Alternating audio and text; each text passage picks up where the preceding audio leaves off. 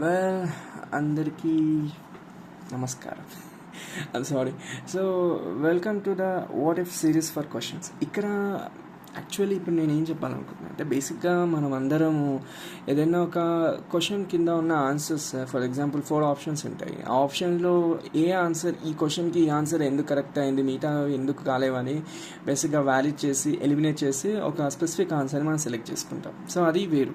ఇక్కడ మనం ఏం చేస్తామంటే ఇక్కడ ఆన్సర్కి సంబంధం లేదు, ఇక్కడ మనము ఈ క్వశ్చన్కి సంబంధించి మనం చేస్తాం. అంటే ఏదైనా ఒక స్పెసిఫిక్ ఒక క్వశ్చన్ ఉంది అనుకోండి, ఆ క్వశ్చన్ ఎందుకు ఇలానే ఉంది, వేరేలా ఎందుకు ఉండకూడదు, దట్స్ అ పాయింట్. ఒకవేళ ఆ క్వశ్చన్లో చేంజ్ అయితే, ఒకవేళ వచ్చిన క్వశ్చన్ని చేంజ్ చేస్తే ఏమవుతుంది ఆ క్వశ్చన్, అది నేను చెప్పాలనుకుంటా. సో ఇక్కడ మనం ఆన్సర్ని డిస్కస్ చేయము, క్వశ్చన్ని మాత్రం డిస్కస్ చేస్తాం. Here the review of the question, this is not review of the answers. So ఇది మొత్తానికి చాలా డిఫరెంట్ నా దృష్టిలో. ఎందుకంటే మనం ఎవరు క్వశ్చన్స్ని డిస్కస్ చేయరు, క్వశ్చన్ ఎందుకు ఇలా ఉంది అని డిస్కస్ చేయరు, వేరేలా.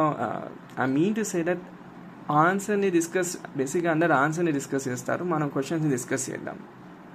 ఓకే, సో క్వశ్చన్ వచ్చేసి ఒక ప్లాంట్ ఉంది, ఒక చిట్టి ప్లాంట్. ఆ ప్లాంట్కి ఒక ఫ్లవర్స్ వస్తాయి.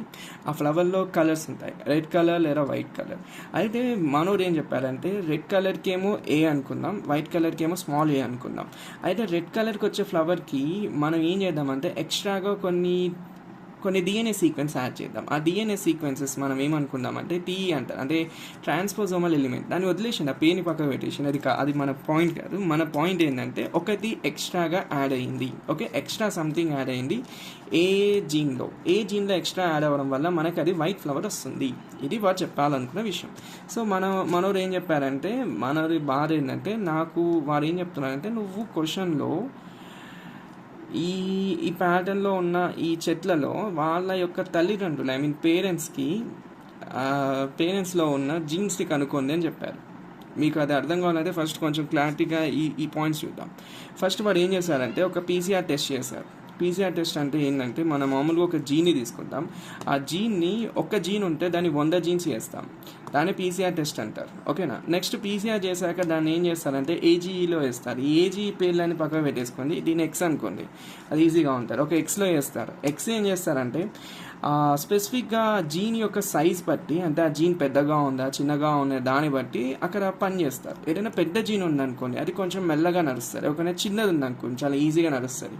ఫర్ ఎగ్జాంపుల్ మీరు బరువు వేసుకొని ఉడుకుమన్నారు కొంచెం టైం పడుతుంది. అదే ఏం లేదు అనుకోని ఉడుకుతూనే ఉంటారు. సేమ్ లైక్ దట్ ఇది కూడా అంటే. సో ఇది వారు చేసిన ఎక్స్పెరిమెంట్స్. ఈ ఎక్స్పెరిమెంట్స్ కూడా మనకు సంబంధం లేదు, ఓకేనా, జస్ట్ ఒక రిఫరెన్స్ కోసం చెప్పాను. సో మనోరు ఏం చేశారంటే ఫస్ట్ ఒక పీసీఆర్ టెస్ట్ చేశారు. పీసీఆర్ టెస్ట్ ఏం చేశారంటే ఫస్ట్ 2 చెట్లు తీసుకున్నారు. ఒక చెట్టు వచ్చేసి వైట్ ఫ్లవర్స్, ఒక చెట్టు వచ్చేసి మన రెడ్ ఫ్లవర్స్ ఉన్నాయి. దాంటి మధ్యలో ఉన్న జీన్స్ తీసుకొని వాటికి ఏవో చేసేసి లాస్ట్కి ఏజీఈ కూడా చేసేస్తారు. అది ఫస్ట్ ఎక్స్పెరిమెంట్ కిందకి. ఏఓ అంటే ఏఓ కాదు, ఇప్పుడు చెప్పాగా పీసీఆర్ ఏజీఈ, అవి టెక్నికల్ టర్మ్స్, అందులో చాలా ఉంటాయి. అది కాదు మన పాయింట్. మన పాయింట్ ఏంటంటే టెక్నికల్ కాకుండా ఒక దాన్ని వేరేలా అర్థం చేసుకొని ట్రై చేద్దాం, లైక్ ఒక స్టోరీ ఫామ్లో. ఓకేనా. So technical is different. ఇప్పుడు నెక్స్ట్ ఏం చేశారంటే మళ్ళీ 2 ప్లాంట్స్ తీసుకున్నారు. ఈసారి 2 జీన్స్ తీసుకోవాలి ప్లాంట్స్ నుంచి. ఫస్ట్ 2 ప్లాంట్స్ని క్రాస్ చేశారు. క్రాస్ చేస్తే తెలుసు కదా. సో క్రాస్ చేస్తే మనకి 30 ప్రోజెనీ వచ్చింది, పిల్లలు పుట్టారు. దాని తర్వాత ఆ 30 ప్రోజెనీస్లో వారు ఏం చేశారంటే మళ్ళీ దాని యొక్క పీసీఆర్ చేశారు, మళ్ళీ ఏజీ చేశారు. అంటే మళ్ళీ ఆ పుట్టిన పిల్లల ప్రతి ఒక్క దాని నుంచి డిఎన్ఏ తీసుకొని పీసీఆర్ అని ఏజీ చేస్తే ఒక్కొక్కరికి ఒక్కొక్క బ్యాండ్స్ అనేవి చూపిస్తారు.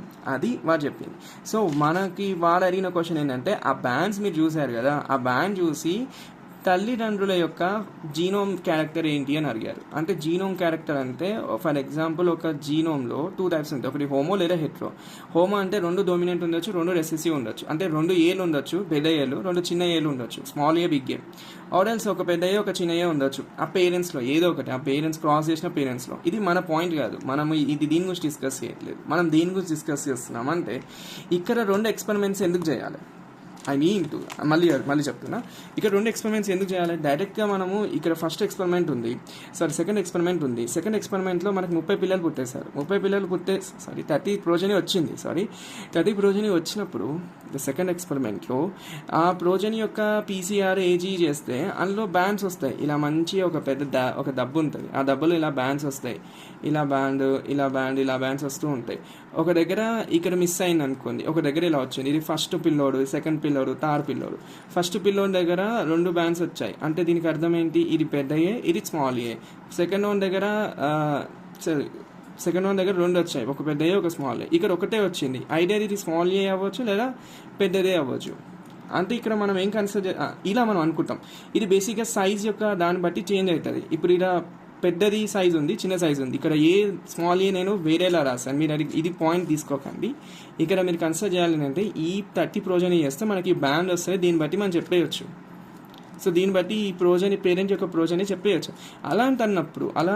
అలా డైరెక్ట్గా వచ్చేసినప్పుడు సెకండ్ ఎక్స్పెరిమెంట్తోనే వచ్చేసినప్పుడు ఇదే ఫస్ట్ ఎక్స్పెరిమెంట్ లాగా ఇచ్చేస్తే అయిపోయారు కదా క్వశ్చన్. మళ్ళీ ఎందుకు ఫస్ట్ ఎక్స్పెరిమెంట్ చేశారు? That's the question. This is the why what if series for the question అనే దానికి వ్యాలిడ్ రీజన్. సో ఇప్పుడు మనం ఏం చేద్దామంటే ఎందుకు ఇచ్చారు అనే దాని గురించి మనం డిస్కస్ చేయాలంటే మనము బేసిక్గా మనం ఇది చేసేదంతా ఒక రియల్ లైఫ్ సినారియోలో చూసుకుంటాం. అంటే ఇది నేచర్లో జరిగే ఒక భాగం. మనం చాలా సిచ్యువేషన్ని ఇలా జరుగుతాయి, ఇలా జరగవచ్చు అనే హైపోథెటికల్ సిచ్యువేషన్స్లో మనం తీసుకోవాలి.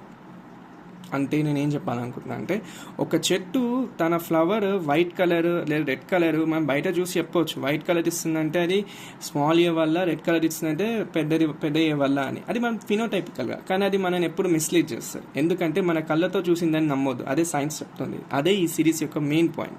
సో మన కళ్ళతో చూసిందని నమ్మామనుకోండి మనం ఖచ్చితంగా మోసపోతాం. ఎందుకంటే బేసిక్గా కొన్ని ఎన్విరాన్మెంటల్ ఫ్యాక్టర్స్ వల్ల, ఒక దిక్కుమాలిన ఒక ఎన్విరాన్మెంటల్ ఫ్యాక్టర్స్ వల్ల ప్రతి ఒక్క చెట్టులో ఆ ఫ్లవర్ కలర్ చేంజ్ అవుతుంది. కొన్నిసార్లు ఆ ఎన్విరాన్మెంటల్ ఫ్యాక్టర్ ఎలా ఉంటుందంటే ఆ ఫ్లవర్ వైట్ కలరే వచ్చేటట్టు ఉంటుంది లేదా రెడ్ కలర్ వచ్చేటట్టు ఉంటుంది.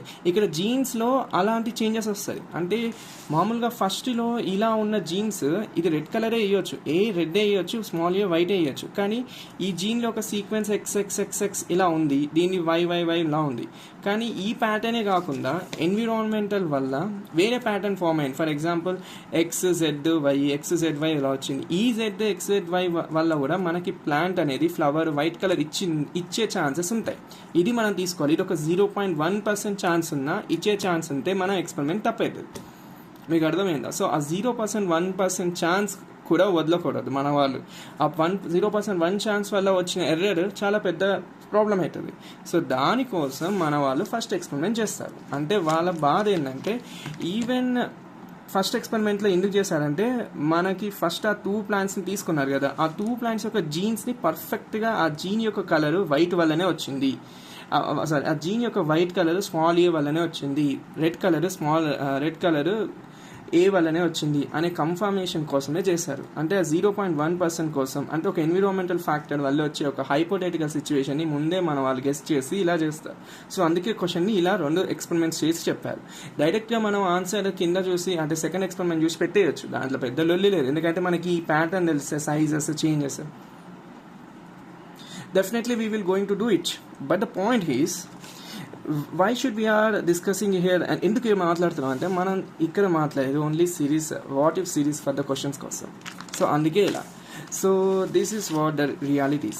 సో మనకి వైట్ ఫ్లవర్ ఎందుకు వచ్చింది, అది ఎన్విరాన్మెంటల్ ఫ్యాక్టర్ కాదు, వేరే ఏ ఫ్యాక్టర్ కాదు, జస్ట్ ఓన్లీ బికాస్ ఆఫ్ మన దిక్కుమాలిన స్మాల్ ఏ వల్లనే వచ్చింది అనేది మనం కన్ఫర్మేషన్ కావాలి. దాన్ని మనం వ్యాలిడేషన్ అంటాం. White colour only transposon, I mean basic ఆ జీన్ ఏదైతే ఉందో అది వచ్చి ఇక్కడ యాడ్ అయ్యింది, అప్పుడే మనకి ఇది వచ్చింది.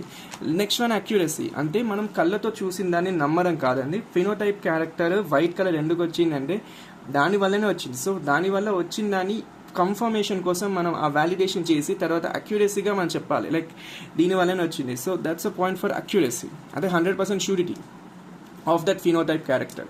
So that's what we are doing here. Second point, ఇప్పుడు నేను ఏం చెప్పాలనుకుంటున్నాను, మనం ఇప్పటి వరకు మనం డిస్కస్ చేసింది అంతా ఆన్సర్ 1, 2, 3, 4 ఆప్షన్స్లో ఉన్న వాటి గురించి కాదు. ఆన్సర్లో అసలు ఇవేవి అడగరు. ఫస్ట్ ఎక్స్పెరిమెంట్ ఏం చేస్తారు, సెకండ్ ఎక్స్పెరిమెంట్, ఎందుకంటే వారు బియాండ్ ద థింగ్ అడగరు.